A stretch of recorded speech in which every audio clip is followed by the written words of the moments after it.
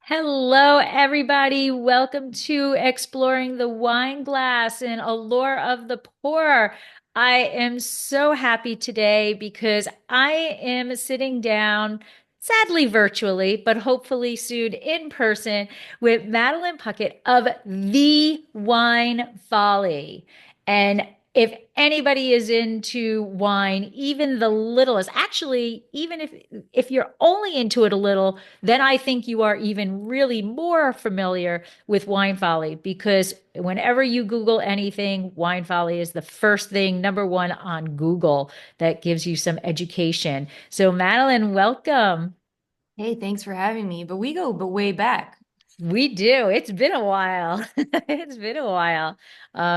I think your very first book you sent me a pre-copy of. Um, and then the complete book and all of that. So it's been a while. Yeah, that's amazing. Yeah, I think you might have been harassing us on Twitter or something like that about Probably. Cabernet Franc, and it was really cool. And she's like, wow, she actually knows a thing or two. This is pretty impressive. Let's see if she wants to do something with us. It was really awesome. It was really Oh, great, the work well, that you've thank done. you. Thank you very much. I might be a bit obsessive about Cabernet Franc, just a bit. And it's fun when I meet other people who are obsessive also, and your ability to bring wine education. There are so many people who say, we try to take the intimidation out of wine and we try to teach wine as being approachable to everybody. But you don't just say it, you are the leader of that mission to make it understandable and easy to comprehend. So thank you for all you do. Thank you. Yeah, it's interesting when I think back to the choices that we made early on to do that. It was always show, don't tell. We're one of the things that sort of show, don't tell is one of those things that sits in my head. And then always thinking about what am I walking away with everything that we do, with the reader, what piece can they walk away with easily and actionably? And I think that's what led us to make choices. And those choices involved editing, which usually involves cutting things. And it's really offensive when you learn about wine. There's so much information to know how and what to cut. And that I think is one of the hardest things that I've been learning how to do is that choosing what to say the right thing so that when you find your way into wine or you learn a fundamental thing, you know enough to move forward, but you haven't been overwhelmed with information so that you don't want to keep learning. Right, that's absolutely true because I know when I'm writing articles, I have that massive tendency to go down rabbit holes. And so it's supposed to be like an 800, which I kind of believe is where the max is in people's retention, So I have like an 800 word article that I'm supposed to be writing, and then I go down rabbit holes, and next thing I know, I'm at like 2,000 words. And then I'm like, okay, backtrack. This is now 4 articles. Um, but I think that your artwork and your presentation is by far the most recognizable and education anywhere in the wine world. I think every time I see an image, I automatically know it's Wine Folly, it's Madeline's artwork. This is, it's so pronounced that it's you. Yeah, it's definitely been something of the skill, sort of a background skill of mine was art and design. So just to, just even for my own learning was to try to make sense of something. I think when I look at words, it gets jumbled. So I started drawing pictures to make sense of the things. And when you draw a diagram, you need a lot of information in order to draw the diagram. So you find yourself researching more in order to clarify questions that are unanswered. And I think that's what, when I started making maps in 2013, I didn't even know what I was doing. It was just an Illustrator file with some shapes on it. It wasn't actually a geographic information system. And I remember having to learn new tools how to actually do cartography, just to try to level up my own design skills to do a better job. And I'm glad I did it because geographic information systems are very scalable. There's scalable devices, and now we have so many maps of the world now, and even like working with wine regions and correcting the maps or having them tell me about a new region, and then getting that access to that information so we can update our maps has been extremely incredible. I feel like I'm on the sort of the front lines of new things that are happening in the wine world. For example, I just added, did you know there's a new AVA in Napa Valley called Crystal Springs of Napa Valley? I did not. Yeah, for like it's been since like the 80s since we've had the 80 AVAs in Napa Valley, and there's a new one, and it's next to Howell. It's like on the front face side of Howell Mountain, Oh. and it's called Crystal Springs of Napa Valley. And boom, it's there. It's on the map now. But I have to update California, North Coast, Napa. Like a big list of maps to update. And all these different places where it lives on our website, because we have these online high res versions that you can access. Right. So yeah, it's See, been I had no clue. And yeah, that blows my mind that they just come up and you're like, oh, here's a new one. And okay. And I never even thought about all the work you now have to do. yeah, we got to update all the things and all the articles that have it. Oh my God. Please don't change anything. Yeah, keep all the AVAs the same. No more AVAs. You're in or you're out. That's it. Yeah, so I have to admit though, it's exciting when you get a new one because then you're like, well, what's there and why is it special? Yeah. Because they had to prove that in order to get a new appellation. Yeah. And it's very rare that things change in other countries, like in France. But occasionally, recently, they upgraded several Macon villages to premier cru status. And that's a big deal, because that southern part of Burgundy, where they grow all the Chardonnay, has always been the ocean of Chardonnay that you get from France. It's always been a great value. And it was a great, if you knew a thing or two, you could get really good wines for very affordable because they weren't Premier Cru. And now Right. they're Premier Cru. So I'm like, Like, oh, darn. stock up, stock up. Well, I'm going to give you a heads up that you're going to be needing to update a lot of other things. Beaujolais is studying, they've spent all of this money to study the soils. And they've learned that there's 300 different types of soils throughout the Beaujolais region, and they are going to start creating the crus in each of the regions of Beaujolais. So they're working towards that.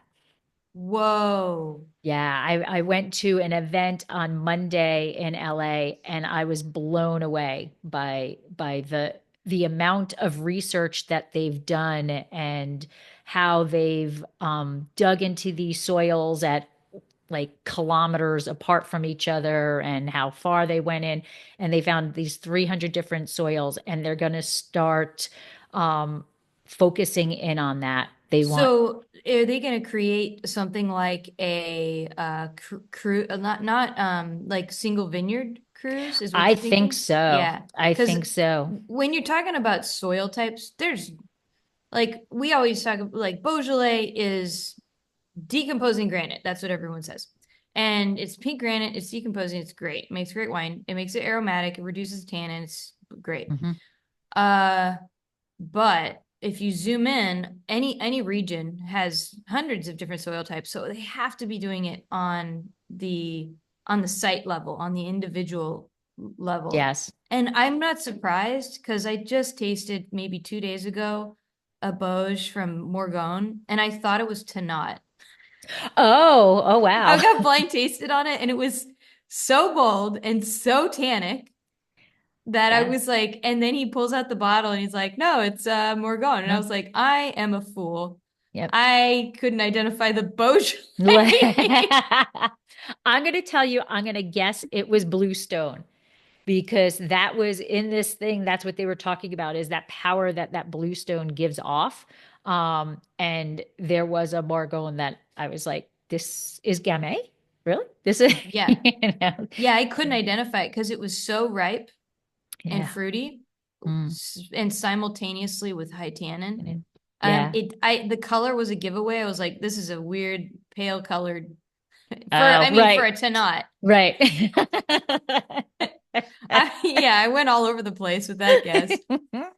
Yeah, so just be prepared, get those maps ready because I Oh think you're going to God. be in a few years you're going to be modifying them, I think. I think Gamay, that grape, is making a comeback.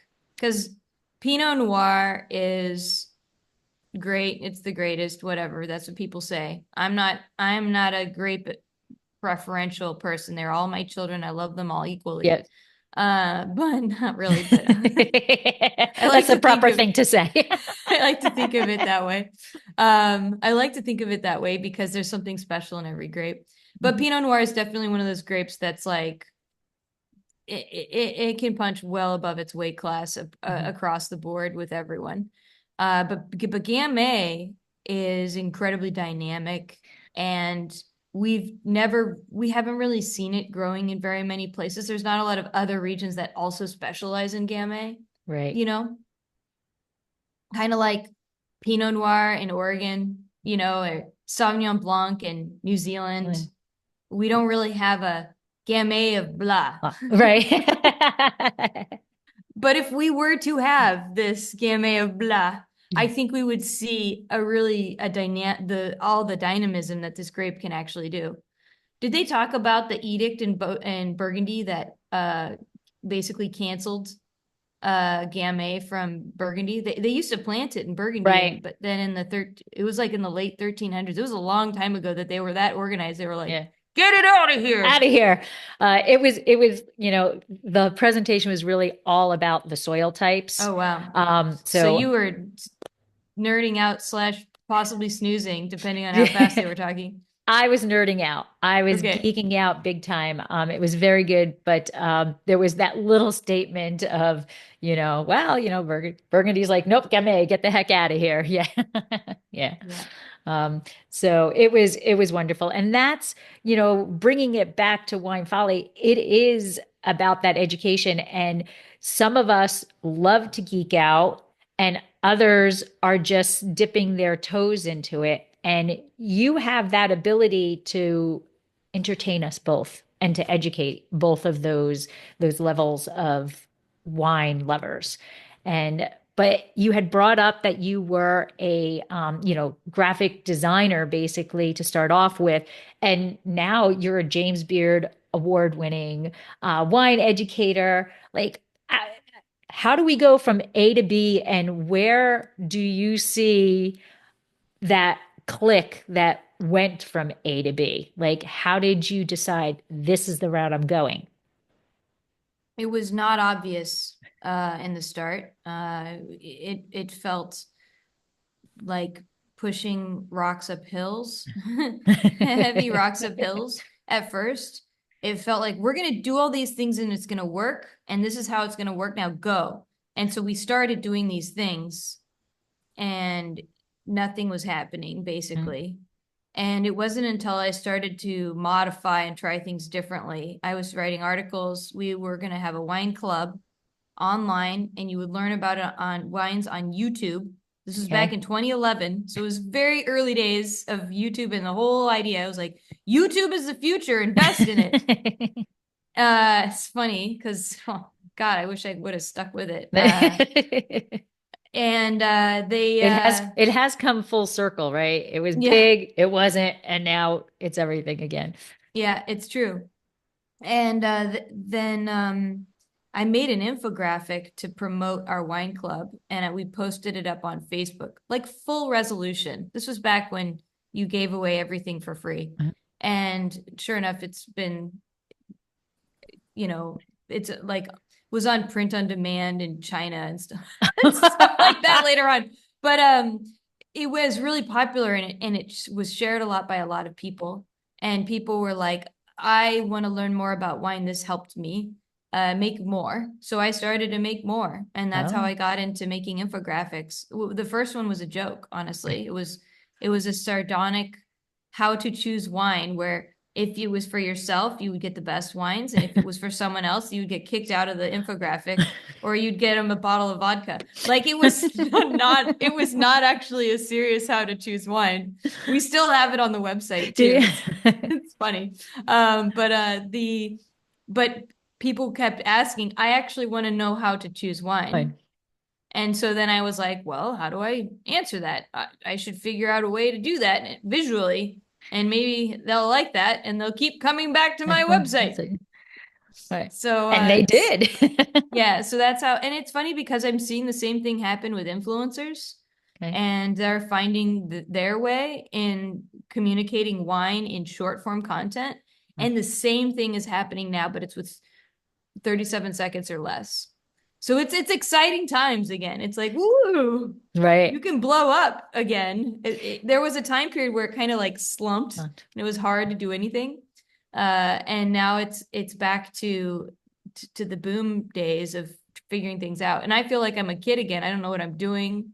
I'm making a lot of mistakes. I'm doing a lot of work and it's not paying off. Kind of like pushing the hill up, pushing the rock up the hill. Right. Yeah. Yeah. So that's I like there was luck, and then there was consistency. So the luck was the one that popped off. And then I just kept doing more and more and more of them. I would consistently put out work. I did 3 articles a week for Wow. 10 years or more. And I worked 7 days a week for 7 years. Yes. Yeah. Uh, and you know, you run a tasting, you have a winery. So this is what we do for what we're passionate about. Passionate about. It doesn't feel that hard. You're just like, I just have to write 2,000 words, you know, today, and of all the things in the world I could do right now, that's actually pretty great. Right. I can geek out about wine and I have to make it fun to read. That's the only goal. Cool. And if it's not fun to read, then I fail. There. So that's how I think about it. It's like, well, I could do anything else. I could be doing anything in the world right now. This is actually the best thing that I could be doing with my time. I know there's some crappy parts where you really want to go outside because it's beautiful, but you still have those 200 more words to write and you can't figure out how to close it out.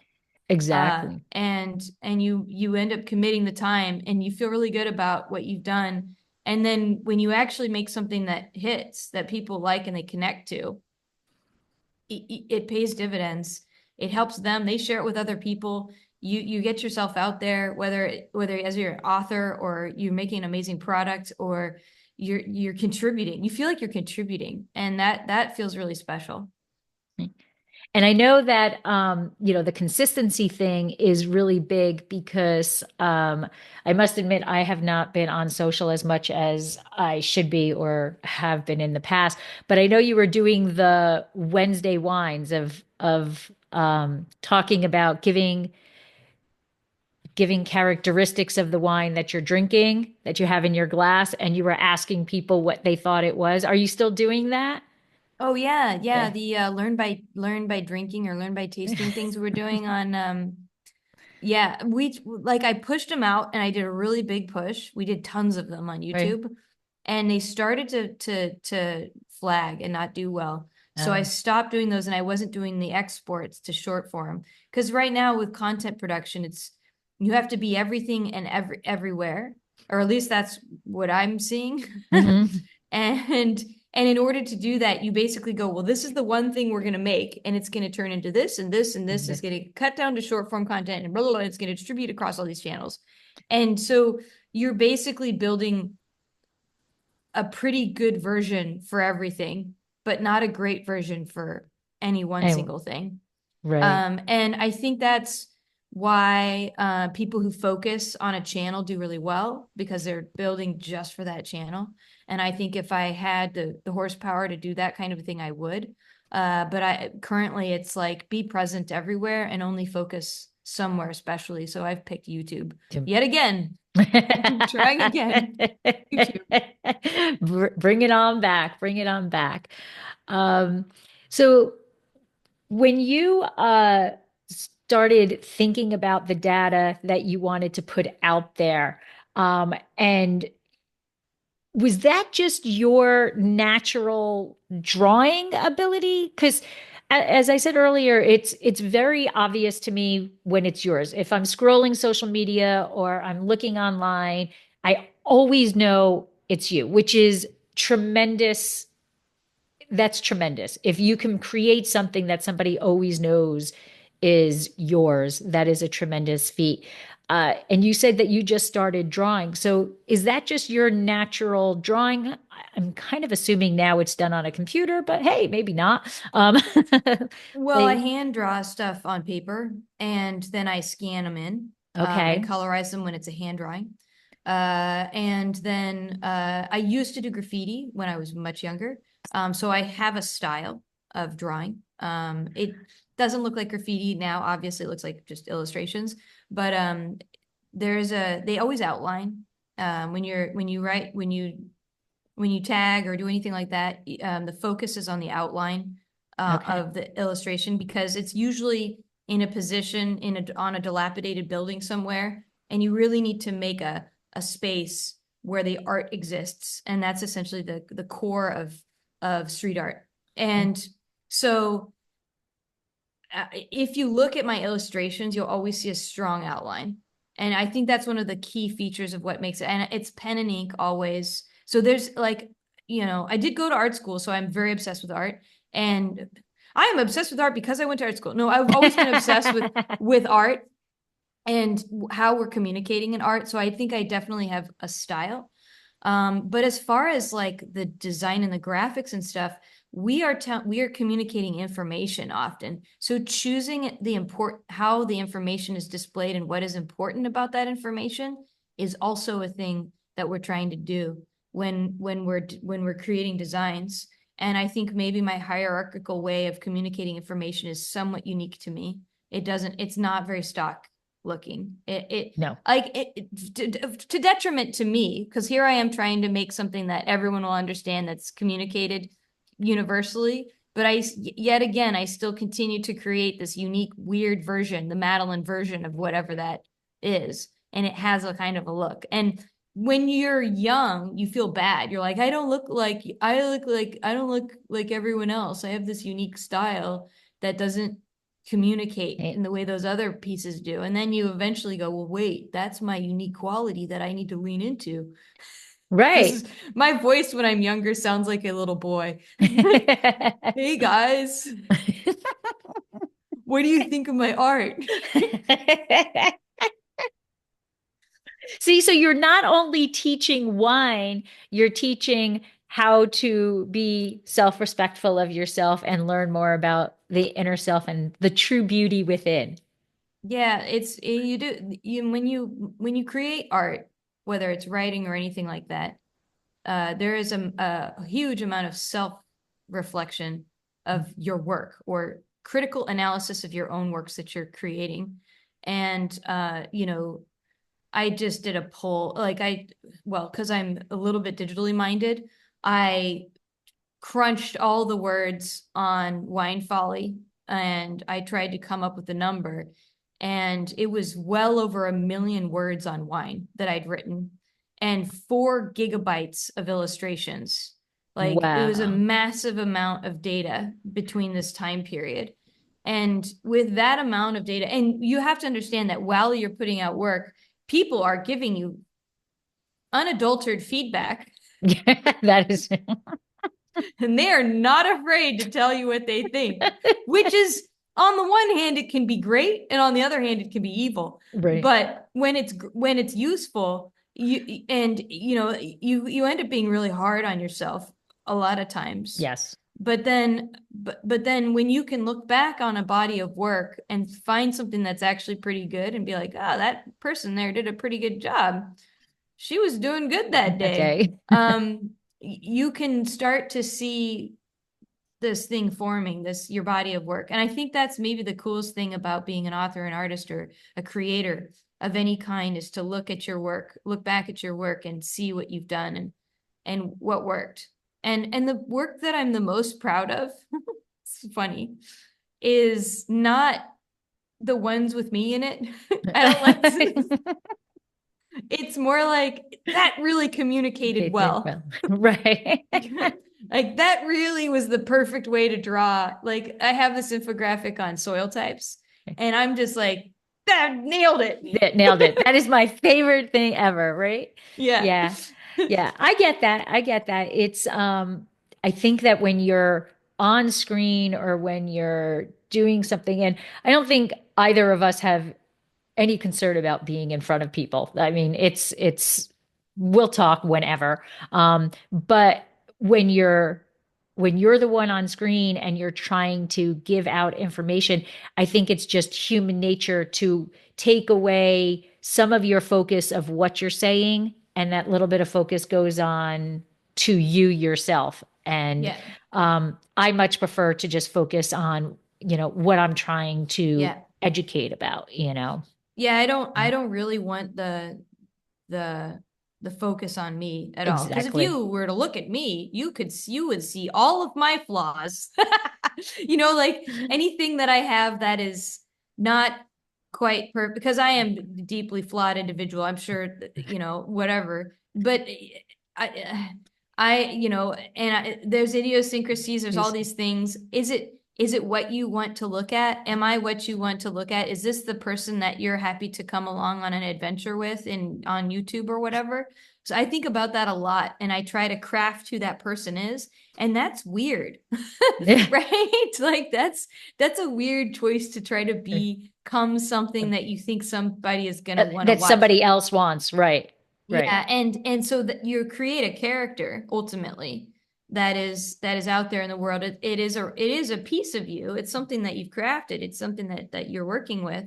But you're choosing what you want to show and what you don't want to show.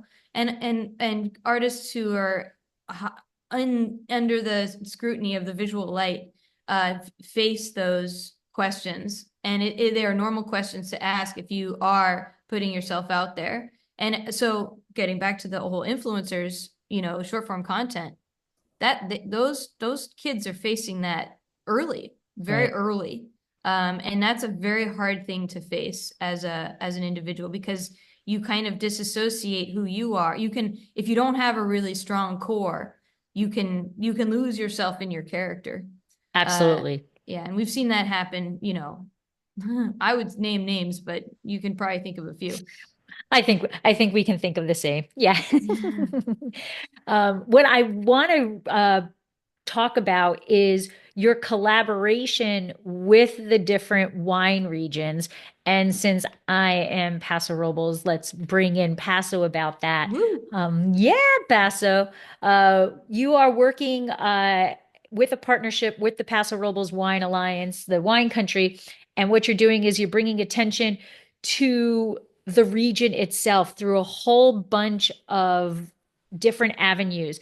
I know one avenue is that I'm able to get my wines, Dracaena wines, onto the website where you're talking about, these wineries in Paso Robles are Yeah, if producing you go and Cabernet look up, Franc. yeah, if you Right, go to Cabernet Franc and click on it, you can find your wine, right. which is amazing. And so Wine Folly isn't just me now. In 2019, I merged companies with Global Wine Database, which is now Wine Folly Database.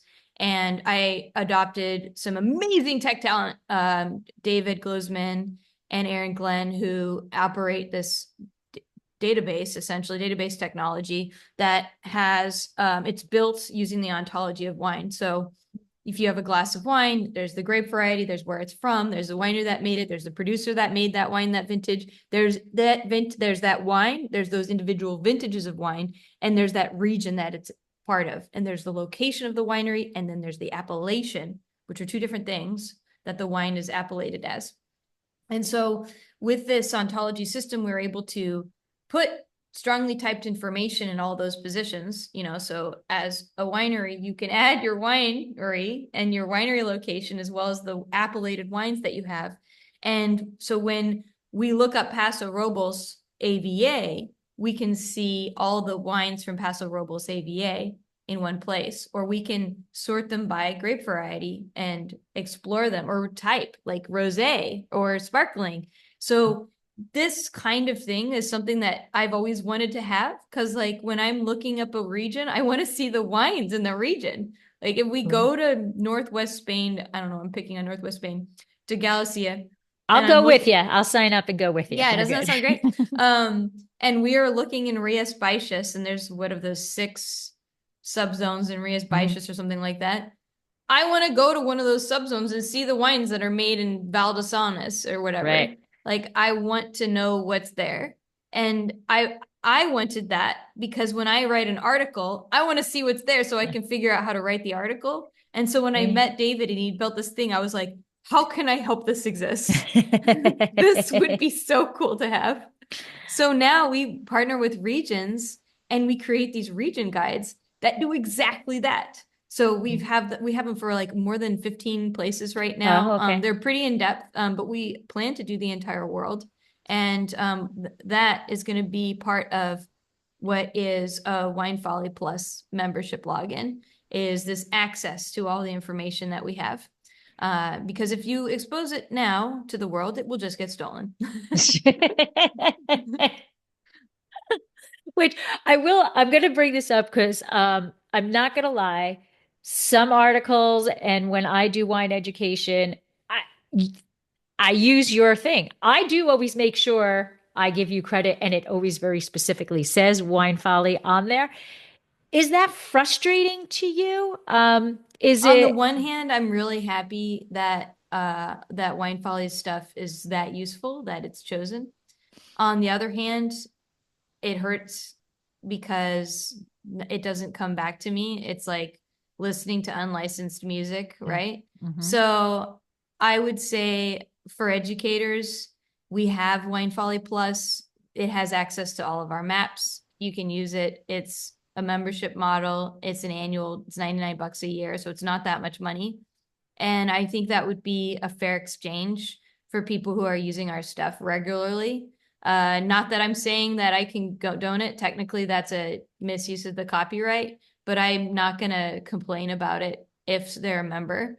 I think that's a fair exchange, and it helps me continue to make things. Right, I can't maintain 7 days a week for the rest of my life producing content for people to take and use. That's right, it's just not fair. So we've created this amazing login where you can access all of our detailed information. We're gonna continue to fill it more and more as the time goes by. Currently, it has all 32 high-res maps, which is great when you're presenting on a region and you need to show a map. right, So that's one of the things that people are using it for already. okay. So I think that's maybe the fair way of But doing it. I think when, as a consumer using the tool, I'd like to have more educational aspects of what's inside of it, sort of fun guides to do, little challenges, maybe even games to help us fall in love with wine or spend time thinking about wine in a way that's productive.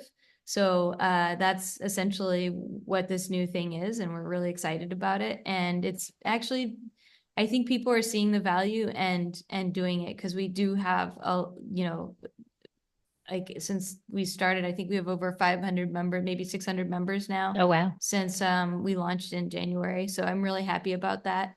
It to me, it's a clue that was the right thing to do. You know, we started a wine club and it's small and it's maintained the whole time, but it's not like blowing up the way that Wine Folly Plus is. I feel like Wine Folly Plus is actually what people want. It's interesting because I always wanted to have a wine club and all the lights were red. They were all everything was against me. It was always something that I really wanted to do and it never pulled off. Whenever I touch wine, it doesn't work out. But when I talk about wine and show wine and do tools about wine, that seems to be the way to Way to go. go. So Right. so maybe that's my job is to just draw lots of really cool pictures and help people learn about Um, wine through art. yeah, I would say it's got to be very difficult because on the one end, like I said, if I Google anything, 99.9% of the time, it's your work that is in that number one, that number one slot. So on that end, it must be such a proud moment, such a wow, look at this, because that's all everybody wants is to be in that number one slot. Oh, not even the number one slot. Most people just want to be on, that first half screen. But Yeah. you are always, consistently in that number one spot. And so your stuff is just everywhere. It is, Pinterest, it is on Twitter or X or whatever they're going to call it. It's everywhere. So like, what is what does that feel for you to know that I'm number one? Are you constantly, I can't imagine you falling out of it because there's so much information, but are you always trying to challenge yourself more? Oh yeah, and the situation changes, and it has changed since last year, since the AI, Oh, okay. and so it it is a constant thing that is, well, what do we do now? Websites are no longer important. I mean, they're talking about removing all options past the first choice. If in the search, and if you go to search now, you see 10 ads in the scroll before you even see the top listed item. And then there's no click content, which is doing a Right. summary of your work. And so Exactly. you can't win, right? Like this is that model of search engine optimization has opened and closed. And while it's still valuable and it's still a great amount of the traffic that we receive on our website, thank goodness, people actually want to know more and still continue to look up beyond what AI will tell them, because there's a lot of misinformation about wine and AI, I'll tell you that. Mhm. But it's one of those things where it's like, well, how that was our organic marketing lane. That's how we found new people. And so what do we need to do to find new people now? So we've been asking those questions a lot. I will say that when I use AI, I do always ask for with references. And I don't know if it makes you feel better, but it does say Wine Folly for Yeah. a lot of the things. But I will absolutely agree. I'm going to forget, so I'll make it. I asked a question about a specific region, and what AI came back with was just not even not even close to, the little bit that I knew. I was like, okay, we're going away and we're gonna, go the old school route. But I agree. There's a lot of wrong with AI because there's a lot of wrong information out there. Yeah, And that's and true. AI can only take what is out there. Yeah, and it's Um, not, I mean, there's different models and things like that too that look at things differently. And in addition to that, access too, because access has changed dramatically. So which tool you're using, whether you're using ChatGPT or Gemini or DeepSeek or Claude, you need to use the right tool for the job. And then there's different types of AIs that look at different things, whether it's visual or whatever. The reading level now is very, very high, and the amount of research, if you're using something like Gemini, which is Google, so it has access to all of Google's research. But when it can't look at maps, it right. doesn't know where things are. It doesn't know.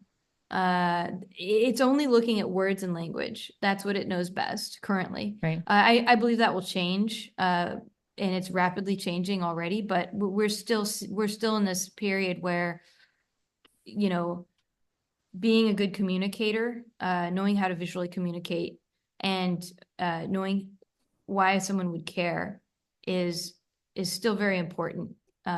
It's still a very important thing for people to do, because AI can't do it. It can only mimic. Like, So I don't know. I like it as a tool, honestly. I use Perplexity all the time now, because it's one of those ones that you can use different models depending on what you want, and I kind of want to see it all the options. sometimes, right. So I use it all the time in my work to help speed things up, or to help me communicate something better. Like, here's Right. what I was going to communicate. Help me say it Right. better. Right. I Right. make it more concise, and then it'll give me a bunch of examples or Mhm. whatever. Or Right. I'll need to come up with a plan for something. So I think it's useful, and it's going to be great, and it's going to help us communicate better. But the question is, how do you get found now in this world? Exactly, exactly. And if you are, that's not reading the graphics or can't see those graphics or whatever, then that's again, your wine folly is even more important in that aspect Yeah, because we're those visual graphics, people. yeah, Yeah, about 80% of the information we take in, if not more than that, is completely visual, which makes me very sensitive to blind people, honestly. exactly. Yeah. Like everyone is so reliant on their visual, they don't know how to use their other tools as well. Which is why wine is so cool. You Right. know, it Yeah. teaches you how to use your nose and your mouth. Exactly, exactly. If only we can figure out, well, you can do the hearing. You can do the hearing if it's sparkling, right? That is ridiculous. Do a I short have form of seen that. Do a the short form of that. I can This hear the is moose. I'm going to say that by I can hear the bubbles coming up, it is going to be a form of prosecco because Yeah. That's ridiculous. And now, so going back to these region collaborations, you actually are coming to Paso, and you're going to be doing some wine education with the Paso Wine Fest. So tell Yeah. us a little bit, because this will be live before that. So tell us what Yeah, we're you're. doing Paso 101. You have a chance to get certified in Paso wine, and we're going to do it. It's fast. It's like, I think I have an hour and a half Oh, to okay. get people Paso 101 certified, and there's a lot to know. And if I get everyone on, if you have bring your phone, you will get a certificate you can put on your LinkedIn to say you have Paso 101 pass. So I'm very excited to do it. It's going to be Okay. awesome Okay. because, as you know, Paso has since 2014 has 11 sub AVAs, and then there's York Mountain. So there's actually quite a lot to know, and there's over 60 different grape varieties that grow in Paso. It's really an enigma of a spot because it's very dynamic. Mhm. And so we're going to learn about that dynamism, and it's going to be fun because talking about diurnal shifts sounds weird, but when you're talking about being cold in the morning and Right. way too hot in the afternoon, that's a little bit better of how to handle the storytelling there. So that's what I'll be doing there, and it's right before the grand tasting, Okay. and we'll be tasting 4 really great wines in the seminar from around Paso. And my goal is that it inspires people to know what to look for when they're in the grand tasting, to be curious, to go find the results and know what and ask questions like, is this from Geneseo? Like if Ooh, somebody walks out of that and is looking for Geneseo Cabernet Franc, I will be like, I have done my my job. job. That is So awesome. yeah. I would love if people are looking for a Geneseo Cab Franc or an Estrella Cab Franc. Is Those two. that is are Combine do you two. make Yeah. white really? Yeah. Yeah, Estrella and Geneseo is where I would look for Cabernet Franc, and Yeah. that'll be communicated in the course. Yeah. So Woo. there we go. Okay, I'm going to definitely try to get there and going to keep my fingers crossed that I can pass the Paso 101. So, and it is kind of funny. The 101, Paso 101, the 101 freeway is pretty important in Paso. Yeah, that's not very. It's actually one of the only places we can do that. Maybe Right? Sonoma. Yeah, right. Right. So we've talked about what you've done in the past and a little bit, but where do you see Wine Folly going? If you could ask Gemini to give you a path that you want to follow, where do you see Wine Folly in the I future? think we want to be the side carry to your wine life ultimately. The carry along. So I imagine our presence on the phone is going to become more and more important as a tool Okay. to provide answers, as a tool to inspire, as a tool to discover, a discovery tool. And that is, that's the place where I think we need to be to help with that onboarding experience, just because there's the found once you start getting into wine, between you just getting into wine and you knowing enough to get dangerous and get yourself into some good wines is like, it feels like an insurmountable barrier. And then you have to take some hardcore, hospitality course in order to like just get a basic knowledge of wine. And I think we can do that a little bit more in a more fun way. And if we can continue to create an experience that helps people onboard to have a really great foundation of wine so they are confident. That's my goal, is so that more people are confident, getting dangerous, having Right. fun, Fun. getting themselves into some fun trouble, finding wines they like, and exploring the world through the lens of wine. And now you said on the phone type thing, and something popped in my head. Like, you, do you potentially be that pocket Somm for somebody where, I mean, I'm what I have in my head, I'm thinking, the Zackies and things like that where people can order wine, right? If you go to their website, they have the little pop-up where you can ask a question. And I've known a couple of people who work for those companies where they can be anywhere because it's just showing up on their phone and they get called when somebody does that. I'm thinking with all of that knowledge that's in your resources, that somebody could literally walk into a store and look at an Albarino from Ria Spicious and go, what the heck is this? And then dial in or text Wine Folly and say, what should I expect from this wine or something like that. That's a creative way of thinking about it. Uh, yeah, I was thinking more along the lines of a digital media experience, but Oh, I like the tooling idea there of some kind of OCR, sort of reading the image, determining what it is, using AI model that could potentially read through all the content to tell you what's there. Yeah, that certainly is humanly possible, or digitally, technically possible to do something like that. I would say that sounds expensive to make right now. I okay. don't know. I was I think, literally thinking of just having somebody who can answer a text. That's what I wasn't even oh, going like to. someone's on the other end of the line. Yeah. Like I told you, I don't want to work 7 days a week anymore. But maybe that's what I need to do. Yeah. If it takes I- off and gets popular and you're getting 10,000 queries a day, that would be a good problem to solve. right. Right. Yeah. I don't know. That's what just popped in my head. I was like, oh, because your resource is so involved, even though I keep going back to it's simple, but it's so advanced at the same time, which is an incredible feat. But if somebody is part of, an extension of Wine Folly Plus, they have access to text questions or to speak to a person because I'll it's some have to add that to the wish list. That's there a you go. crazy idea. All right. See, helping you out there. All right.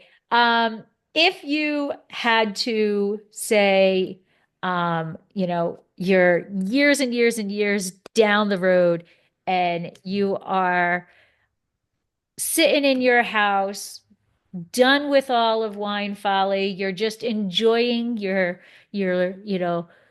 quietness that probably would drive you insane. Um, what's the one thing you want to remember the most, or what's the one thing that you want people to remember about you the most, or Wine Folly the most? I would say that there's more to do. I don't know. I can't really go there in my head because I have so much I want to do before I die that I'm just gonna keep doing it until I do die. I don't know. I don't really reach for an end.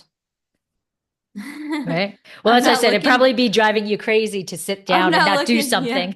I'm not looking to end. I think this it's a process currently. People look at the book as an achievement, and I appreciate that. And it was a lot of work. I appreciate that it was appreciated. I think I have more in there. I think books are great. they're a great tool, and it is a great tool, and it's a fun adventure. I want to make more things like that. I'm currently interested in film and video. I think it's one of the hardest forms of communication there is because it involves so much sound, time, uh, humanity, storytelling, all this stuff that's those are challenged to me. They're challenged. It's not a natural thing. It's a new thing. It's like learning geographic information systems all over again, except it's with storytelling, which is to me is way harder. Mhm. So I think storytelling is something I'm deeply interested in, visual storytelling, whether it's short form or long form content. I think the things that have moved me the most in history have been movies. Uh, they just have a transformative way of communicating and connecting to people's deep, Mhm. feelings and sensations and goals and dreams and all this stuff. And I'd love to be able to connect with people like that. That seems like an outside goal for me. So that's what I'm not done with. Okay. What Yeah. about traveling? Do you enjoy traveling or I get really bad constipation when I travel. Recently I pooped on a plane though, and I was incredibly proud of myself. I was like, you come out, you're like, yeah. this is the first time I think in 20 years that I've pooped on a plane. This Oh. is incredible. And sorry to the I think that's effect. hysterical. I think it's hysterical. Um, but yeah, it's hard to travel, but I think the stories are out there, so I'll do it for that. I'm also vegan, so it's really difficult to travel because you can't eat food. Mhm. And everyone's always trying to give you fish or pork or something. They're like, that's not meat. And you're like, all right. Yeah. I'm a little worried about Sicily. I'm a little worried. They're all going to want Yes. to give me fish. They're all going to. Yeah, that's not me. So yeah, and then everything has cheese in it or butter or whatever. So you always Which then so you has its always own problems. so then you end up eating something that makes you really sick or whatever, and you're just like, oh man. But you get through it because you Right. want to be there, and it doesn't matter, and it's fine. And turns out the best poor people food is all vegan. So like Calverde soup in Portugal, I'm gonna go to Portugal Oh, this how year, nice. and I am looking forward to that cabbage soup, my friends. That is some Michelin rated soup right there. Yeah. It is really great stuff. And it's a cultural heritage of Portugal. So yeah, I'm looking forward. So you figure it out. But Okay. yeah, travel. If everyone says I love to travel, I love to have traveled. Yeah. Well, I don't know. I like being in the moment, but getting Yeah. there and getting back is especially from California is a lot of difficulty. But I got to go back to the poor man's dishes. That is so true. Because when I was in Spain, when I Humia, uh I'm gonna pronounce it wrong, gachamilla. Oh yeah. Um, What's it? What's it? What is it? it's the poor man's basic porridge thing, and it was brought in. They make it in these massive pots so that when the field workers came in, it just was pure starch. It just was, just to bulk them up so that they can go back in the fields and work more. That's awesome. And everybody else on the media trip was getting this, these elaborate foods and all of this. And every meal I was getting, Gochujang. yeah. And everybody on the trip is like, "Are you not sick of that?" I'm like, "Oh no, man, bring it. This is great. I'm all happy." So, but you're right. It is. Yeah, They are it's also vegetarian. like a busy grandmother always makes the best dish Yeah. because she's got so much going on that she usually overcooks it or leaves it on the thing too long or whatever, and it gets the right amount of mwah. But And and that I'm always looking for like busy grandmother, you know, working man's that's food. food. This is the ultimate food in the world to me. We need to go somewhere I together want so a that they I can want just a serve very us both. fine wine, but with a very simple food. Right, exactly. Exactly. Exactly. That's fantastic. All right. Well, I want to thank you for spending your time with me. You are a pleasure to speak to, and I laugh a lot when I'm talking to you, and I'm looking forward to seeing you in Paso. And well, I'm going to ask one more question. When you're on these trips, do you already know what you're looking for, what Yeah. you're, yeah. Yeah, you got to plan it all out. You got to take every single step into every single thing because if you're shooting film, Oh, you need to know where the shots are and what you're planning to do. And you need to make time and space for those things and you have to have the right camera and the audio needs to be set up. You got to super plan it out. So it's serendipity when it actually happens and goes off. But yeah, it takes a lot of pre-planning. All the best films take a lot of pre-work. The work is in the pre-work. So yeah, when we go to Portugal, we will be fully planned out, and then whatever happens will be the story. okay. I was going to say, and then, sometimes you go to a region and you get wowed, like with something that you never even Yeah. thought about. And then you got to pivot a little, right? Yeah, I think press trips are changing because more and more people are doing video content and they need to plan things out and they need to know what's coming up to in order to create great content.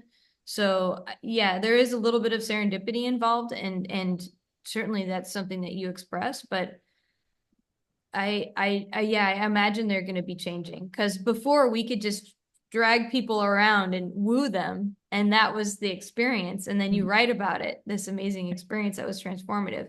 But now we need to create that experience for someone else to watch to be Right. transformed. Formed. So you need to know what you're doing in order to perform it, I guess, to have it happen because otherwise you're not going to get the shot when That's it's true. happening. That is true. That is true. Well, thank you so much for spending an hour with me. I know you are super, super, super busy. So I appreciate you taking the time to be with me. And just curious if there's anything that I missed talking to asking you about. Um, No, this is great. It's really great to catch up. yeah, It's fun. I love geeking out about wine too. I would have probably liked that swale it's so seminar cool. too. I Well, wouldn't have. I am reaching out. I'm reaching out to try to write an article to a couple of people. So maybe I can, maybe eventually that will be able to be read. I'm trying to reach out to a few places to do that. Wow. And I don't know if that's, Let you us know, know. Yeah. yeah, I will talk to you about that because it was awesome. And it actually is, it was so cool. Yeah, that's Very, very cool. geeky. But thank you so much. And the Wine Folly Plus, they can just go onto your website and sign up for that, Yeah, memberships are happening now and it's an annual membership for $99 and you get which access is a to steal. all of our maps and a resource that continues to grow. Okay. And you still do have free access to some parts of the Oh site. yeah, absolutely. So, Yeah, absolutely. absolutely. Well, thank you so much. Great talking to you. Great catching up. And hopefully, I will see you in Paso on the 15th of May. Yeah, All I'm looking right. forward to it. Enjoy. Thank you.